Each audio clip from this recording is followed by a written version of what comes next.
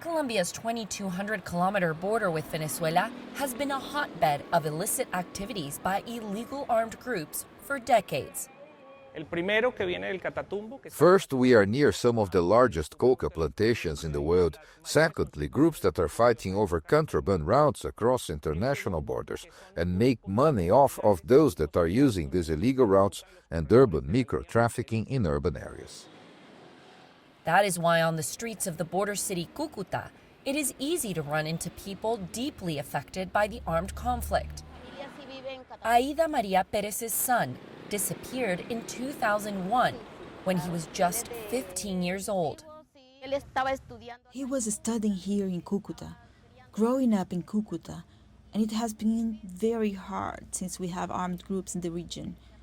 I'm still waiting for him to appear, be it dead or alive. But I want closure because he doesn't appear, neither dead nor alive. According to estimates published by the Colombian government's Truth Commission, more than 200,000 people have been forcibly disappeared since 1985 due to internal violence. Despite their suffering due to armed paramilitary groups and drug gangs, citizens we speak to in Cúcuta say they are not open to a U.S. intervention, as threatened by U.S. President Donald Trump. On January 4th, Trump threatened military action against Colombia's government, telling reporters such an operation, quote, sounded good. He accused Colombia's president of facilitating drug trafficking to the United States.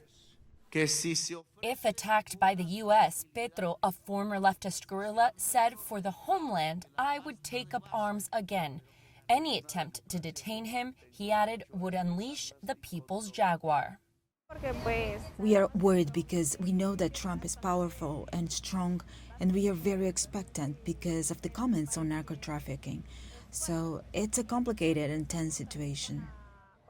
They should go after Colombian guerrillas like the ELN and FARC dissidents because they have control of the coca cultivation, the raw material for cocaine. But the US and Trump haven't gone after the drug traffickers in the US that are even bigger than those here. On Monday, Colombia's Ministry of the Interior and Justice Department sent a letter to the United States ratifying the country's commitment to cooperate with the U.S. in the fight against narco-trafficking in this region, and especially near the Colombian and Venezuelan border, a fight that needs the cooperation and commitment of both governments. Begue, CGTN, Cúcuta.